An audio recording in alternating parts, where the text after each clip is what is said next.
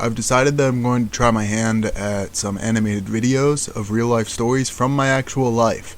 So we'll see how it goes. If you like this type of video, please let me know in the comments or give it a thumbs up, so that way you boost my morale and I will love you more. Alright, let's get started. This story is called The Perfect Prince, and it is starring me. So I have two sisters and a mom and a dad. One time when I was 16 years old, I was at Disney World with my family. Everybody likes Disney World. You get Mickey hats, and the actors in Disney costumes talk to you and hug you. You can ride rides, eat food, stay in a hotel, and do a lot of other cool things. But after several days of having fun in the various Disney World parks, my parents decided that we could eat supper in a restaurant at the top of Cinderella's castle.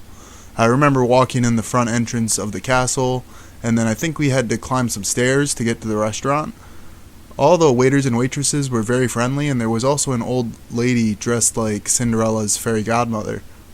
There were also people in mouse costumes, similar to the talking mice from the original Cinderella movie. And anyway, my family and I ate our food, and when we were getting towards the end of our meal, Cinderella's fairy godmother stood up with a microphone in the center of the dining room.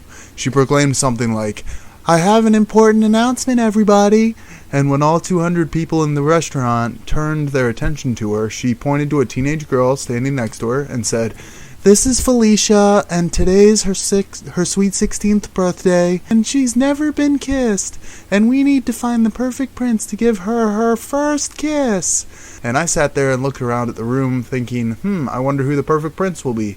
I looked around and saw many elderly men and just as many little boys, and in the back of my head I thought, yeah, maybe they will pick a little boy because that will be sort of cute and innocent.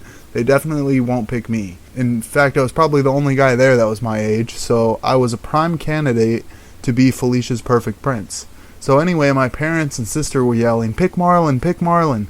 And I kept thinking, oh no, please not me. But it was too late because a person in a mouse costume had already grabbed my hand and it was walking me up to the center of the dining hall. And with no emotion in my face, I stood next to the fairy godmother and she said, "Why, hello there. What's your name, young man?" To which I said, "Marlin." "And how old are you, Prince Marlin?" And I said, 16. And then she said, "Okay, Prince Marlin. What I need you to do is everybody in the room is going to count down from 5, and when we get to 1, you can kiss Felicia right here on the cheek." And well, a wave of relief washed over me when she specified that I only had to kiss Felicia on the cheek, but I was still embarrassed. She also said, "Oh, and Felicia's mom is over there taking pictures, so I want you to linger ever so slightly so that she can have a good picture. Can you do that?" And I said, "Sure." And fairy godmother said, "Okay, everybody, 5, 4, 3, 2, and at the count of 1, I passed out cold. Nah, just kidding. I just put my hand on Felicia's shoulder and kissed her on the cheek. And everyone cheered and laughed hysterically. I was embarrassed and still pretty nervous, so I forced myself to make eye contact with Felicia, and I awkwardly waved at her and just immediately speed walked back to my family's table. When it was all said and done, everyone thought I was awesome.